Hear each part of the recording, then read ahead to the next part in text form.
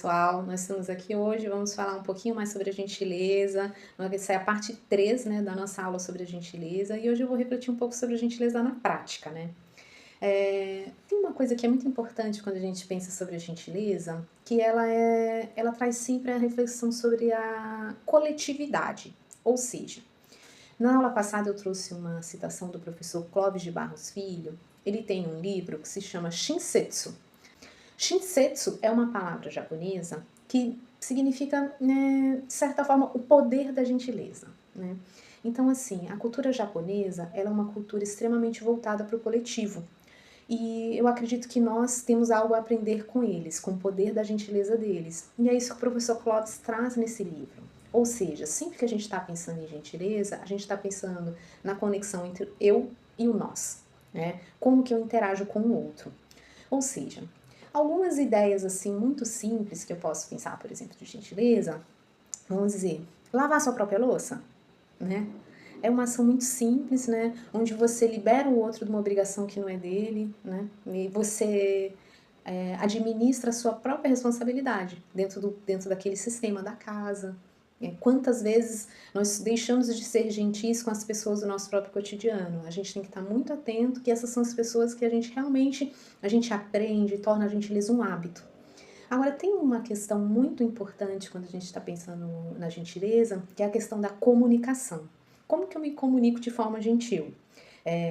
Eu tenho uma formação em comunicação e acabo refletindo muito sobre isso. Mas a verdade é que também esse foi um processo pessoal muito grande para mim, onde eu comecei a refletir sobre a forma que eu me relacionava com as pessoas e como eu apresentava as minhas ideias. E estou aí nesse processo de aprimoramento constante. Então, aqui tem uma ideia da gentileza na prática. Espere pelo momento oportuno para falar. Imagina só uma conversa onde você tem um momento de escuta do outro. A gentileza de escutar o outro é uma gentileza extremamente ausente no nosso cotidiano. E é algo simples. Mas, quando você aguarda o melhor momento para falar, imagina que você tem uma ideia, provavelmente você já passou por isso, você apresentou uma ideia no momento errado. E a pessoa estava estressada, a pessoa estava com pressa. Então, você aguardar um momento oportuno, né, o melhor momento para apresentar uma ideia, ela pacifica a relação. E você lida melhor com aquilo. A gente vai se autocapacitando, né, para ser gentil, utilizando ferramentas, por exemplo, aqui a ferramenta é a comunicação, para eu poder alcançar um status de melhor gentileza no meu cotidiano. Outra ideia que eu acho super interessante para a gente refletir sobre a gentileza é: responda perguntas com clareza. Observar se estou sendo clara e entendida enquanto falo é primordial para ter diálogos gentis. Olha, eu estou aqui agora conversando com um grupo de pessoas que eu não sei quem são, né? São muitos, a internet tem esse distanciamento, né? Então eu estou tentando ser clara. Pode ser que em alguns momentos eu use palavras que vocês não conheçam. Eu, na verdade, adoro novas palavras. Eu me sinto muito desafiada quando alguém traz uma palavra que eu não conheço. Eu vou sempre atrás para saber, né, ampliar o meu vocabulário. Mas quanto mais eficaz eu sou em passar essa informação para quem está me escutando, menos ruídos eu tenho na minha comunicação. E isso facilita o processo. A gente tem também outras características que são a entonação da minha voz, né? Já aconteceu provavelmente com vocês, de vocês observarem um diálogo e ficarem em dúvida se era uma briga? Então esse tipo de ambiente torna-se muito hostil e a hostilidade ela é oposta à gentileza. Então criar ambientes onde a gentileza possa proliferar, né? Então é pensar como diálogo com o outro, né? Dialogar de forma respeitosa, entender que às vezes eu posso não entender uma palavra que o outro fala, perguntar, né? O bom perguntador é um bom aprendiz. Então, assim, quanto melhor é a nossa capacidade de diálogo, menos conflitos a gente tem. Ou seja, mais gentileza. Então, estar ali dentro do processo da gentileza, a gente correr atrás, se interessar pelo processo da comunicação.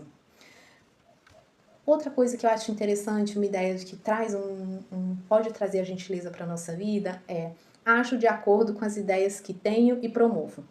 Pensa.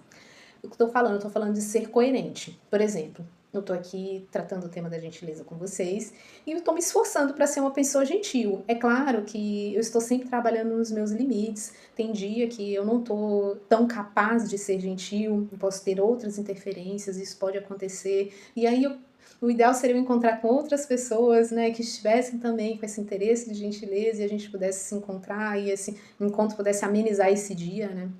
Mas a verdade é que a coerência vai trazendo uma base sólida. Então, dessa maneira, a gente vai calcando, né, alcançando, né, indo atrás dessa vivência mais harmônica comigo mesmo e com os outros que estão se relacionando comigo, né?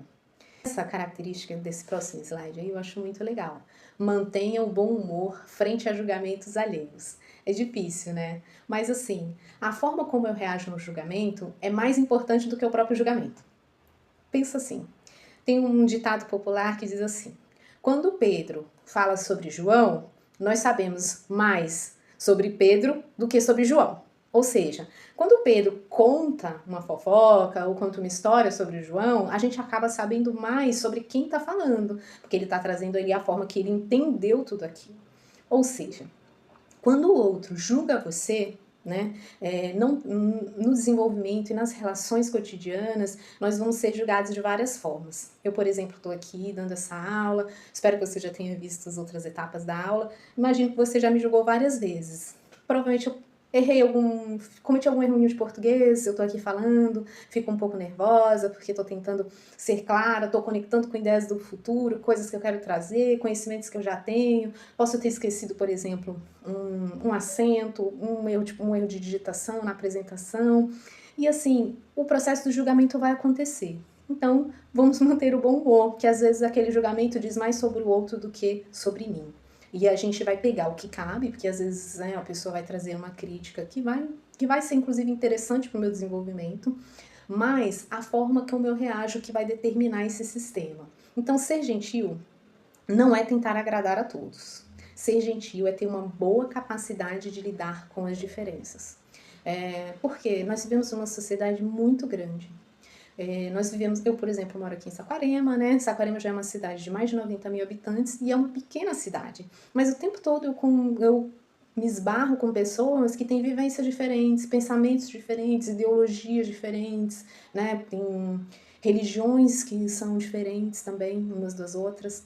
Então, assim, eu preciso tentar aprimorar minha capacidade de lidar com essas diferenças. Uma questão que é muito interessante, que faz parte dos nossos cartazes, que é a autogentileza.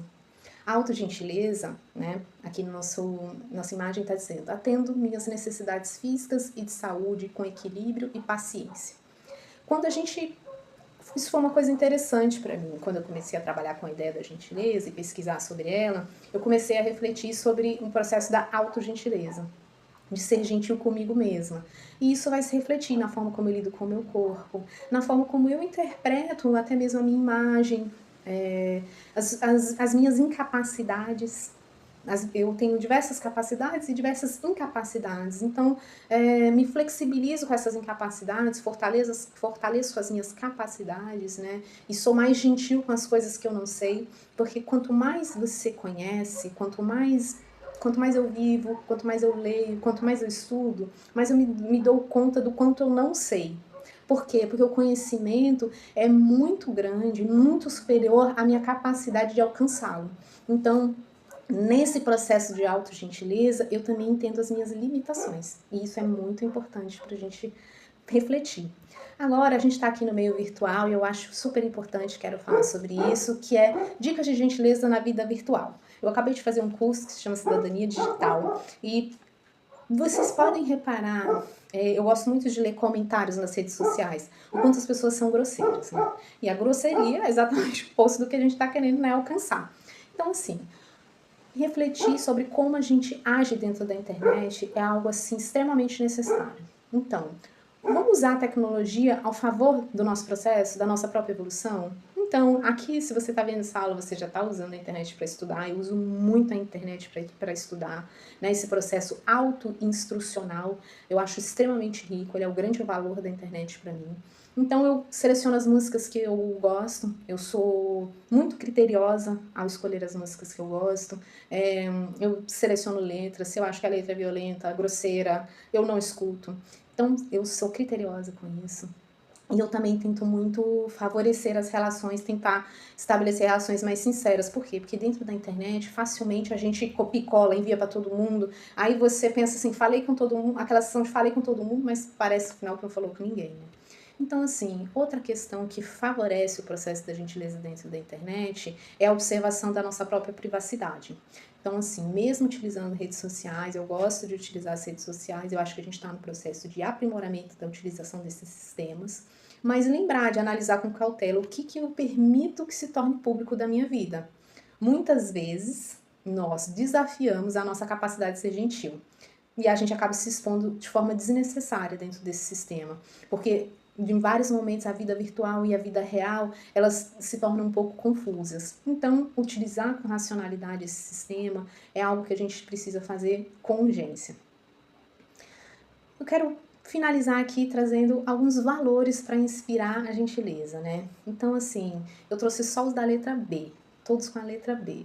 Um é o bom humor, né? Eu falei ali para trás, a gente vai ter que aprender a lidar com o bom humor, com o julgamento, com as ignorâncias das outras pessoas, com as limitações dos outros, com um bom humor, sem impor o nosso ponto de vista, né? Permitir ao outro o processo de educação dele, o processo de desenvolvimento do outro, que pode ser completamente diferente do seu.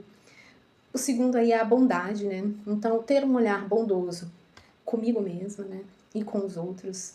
O bom senso. Gente, bom senso é uma coisa, assim, que salva muito, né? E tem uma questão que é muito importante pra gente utilizar o bom senso, que é evitar supor as coisas. Então, quando a gente vai pressupondo as coisas, você pressupõe que o outro pensou, você pressupõe que o outro é assim, você pressupõe que um grupo que às vezes você nem conhece, que você nem convive, é um grupo ruim, é um grupo mau. Então, vamos, né, perguntar ao invés de pressupor. Perguntar ao invés de pressupor e ter ideias equivocadas ajuda muito no bom senso. E outro que eu botei aí é a biofilia. Eu acho que, se você viu nossos cartazes, eu coloquei lá, tem algumas fotos bem bonitas da natureza, onde a gente se conectar e respeitar a natureza é respeitar o nosso próprio meio de vida, que nós não vivemos sem a natureza, né? Então, entender que a gente também tem que ser gentil, não só com outros seres humanos. Por exemplo, se eu sou gentil, se eu acabo entendendo os processos da natureza e tendo esse desejo, né, de tratar a natureza com gentileza, com ética, eu posso, por exemplo, cuidar muito melhor do meu próprio lixo, não jogar lixo na calçada. Quando você joga lixo na calçada, você obstrui a calçada, você impede o pedestre de circular. Quando você impede o pedestre circular, ele tem que ir para a rua, você expõe aquele indivíduo a um risco completamente desnecessário, né? Além de pragas, né, baratas, etc. Então, quando a gente vai se conectando a esse todo, a gente vai ampliando um pouquinho mais. A nossa próxima aula, eu quero que vai ser a nossa aula final, vai ser uma aula bem rapidinha, e eu quero trazer um pouco a reflexão sobre a maturidade, como ela auxilia a gente a ser gentil. Até a nossa próxima aula e muito obrigada!